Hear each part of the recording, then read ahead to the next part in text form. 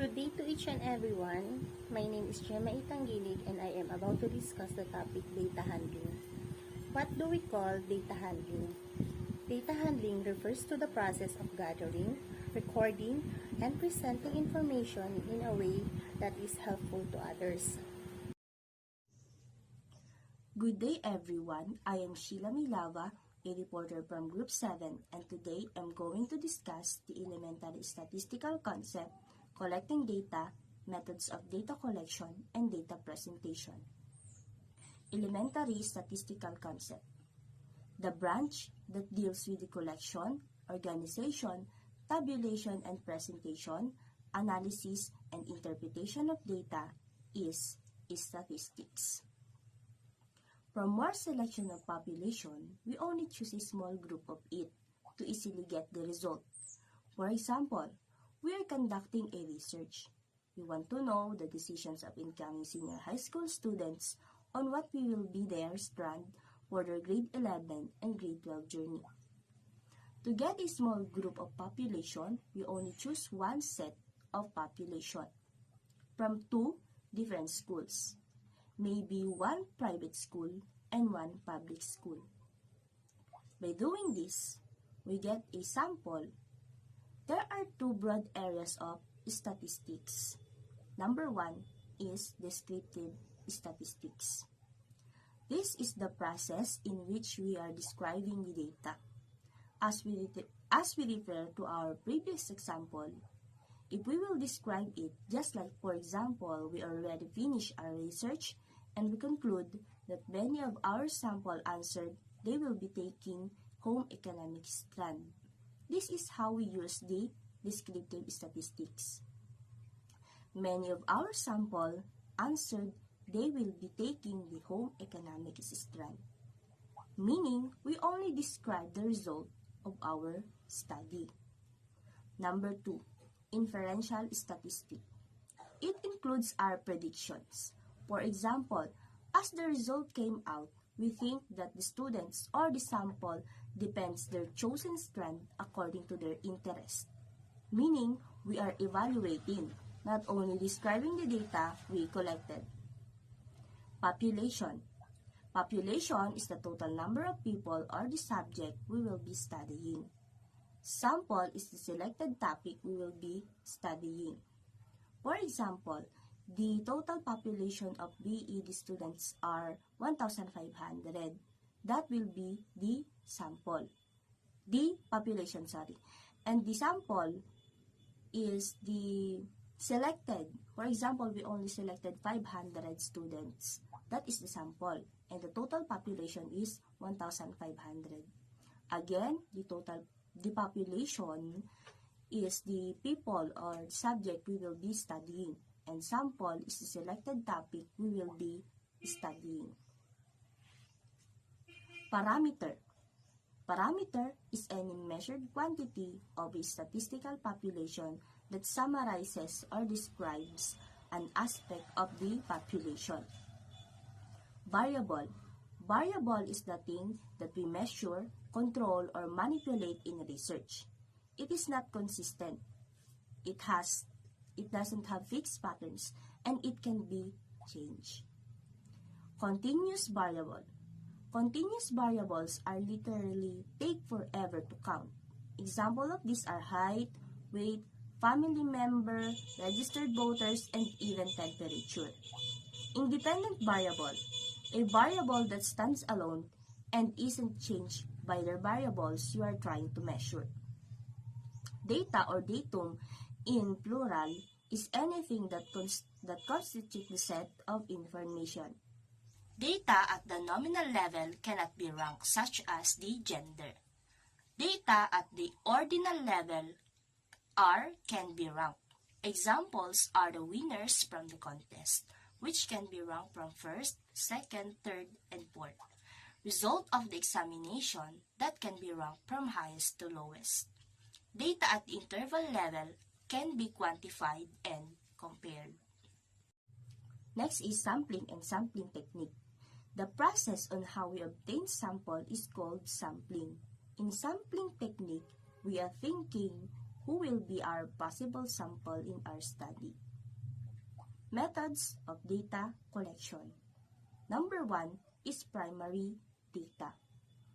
Primary data, all data that comes from the primary source of the information. Examples: direct or indirect or interview method. Indirect or interview method, registration method, observation, and experimentation. And the other type is the secondary data. Refer to information that is taken from published or unpublished data previously gathered by other individuals or agencies. Number 1, books, newspapers, unpublished or published research papers, and journals or periodicals. Data presentation. It is the process how we present our collected data and how we interpret and give evaluation related to our topic. Under data handling, we have the graphical presentation, histogram, frequency polygon, and measure of the central tendencies. What is graphical presentation? Graphical presentation refers to the use of charts and graphs to visually display, analyze, and clarify or interpret numerical data, functions, and qualitative structures. In making graphical presentations, we commonly use graphs. What are graphs? Graphs are diagrams showing the relation between variable quantities. Some of the various types of graphical presentation includes line graphs, bar graphs, and histogram. Histogram. What is histogram? Histogram is a graphical representation that organizes a group of data points in user-specified ranges. It was first introduced by Carl Pearson. Carl Pearson is an English mathematician and biostatistician who founded the world's first university statistics department at University College London in 1911. Frequency polygon. Frequency polygon is a closed figure of n sides constructed by plotting the class marks versus the frequencies. It is a visual representation of a distribution. The visualization tool is used to understand the shape of a distribution. Frequency polygon, they serve as the same purpose as histograms, but are especially helpful for comparing sets of data. The measures of central tendency is a single value that attempts to describe a set of data by identifying the central position within that set of data. The mean, median, and mode are all valid measures of the central tendency, but under different conditions, some measure of central tendency became more appropriate to use than others. The mean. The mean is also known as the average. It is the most popular and well-known measure of central tendency. The mean is equal to the sum of all the values in the data set divided by the number of values in the data set. The formula in finding the mean is denoted by this, wherein this symbol is also known as mu, or we call this mu. It is a Greek lowercase letter, followed by this symbol, which we call sigma, is a Greek capital letter, meaning sum of. And n is denoted by number of group data. Example of finding the mean. I have here a group of data which 1, 3, 5, 7, 9, and 11. In order to find the mean, we use this formula. Okay, so substitute lang natin siya. Tapos, pag nakuha na natin yung, pagsasama-samahin natin lahat ng group of data na yan. Tapos, pagsama na natin, i-divide lang natin kung ilan yung group of data. Since 1, 2, 3, 4, 5, 6 siya, 36 divided by 6. So, the mean is equal to 6. Next is the median. The median is the middle score for a set of data that has been arranged in order of magnitude. In order to calculate the median, first we need to arrange the data into order of magnitude. Magsisimula tayo sa pinakamababa yung value hanggang sa pinakamataas.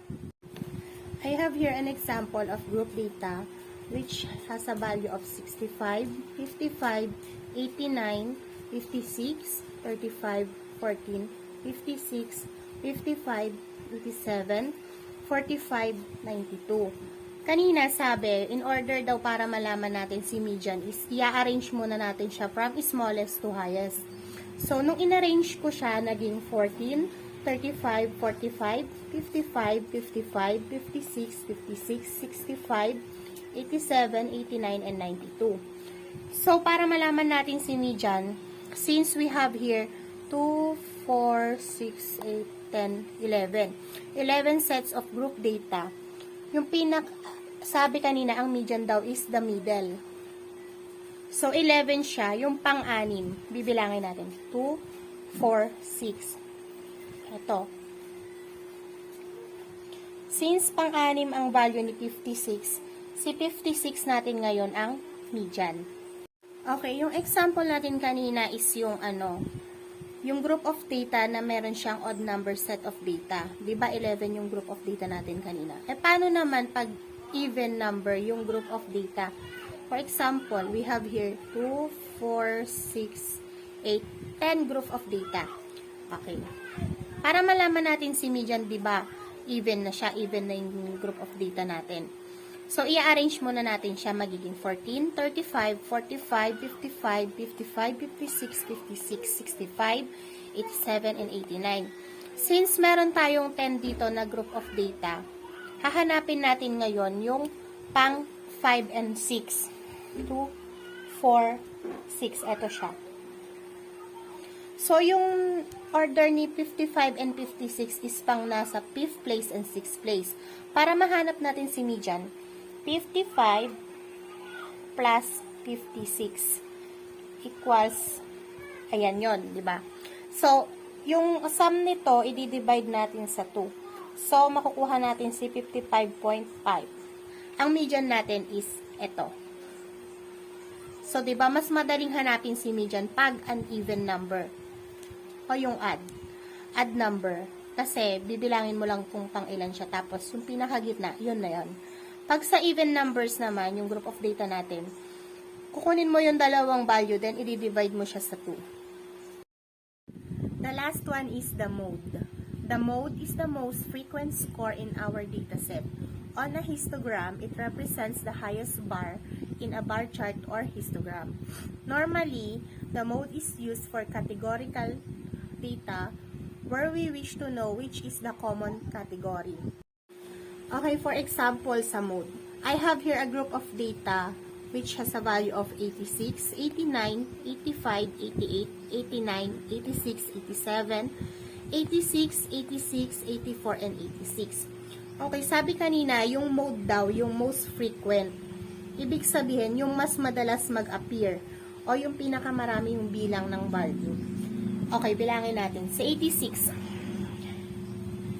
Since 86 yung nauuna, 86. Sa 86 ay nag-appear ng 1, 2, 3, 4, 5 beses. Si 89 ay nag-appear ng 1, 2, 2 lang. 85. Si 85 ay 1 lang. 88. 88 ay nag-appear ng 1 lang din. Next is 87. 87 ay 1 lang. 2, 4, 6, 8, 10, 11.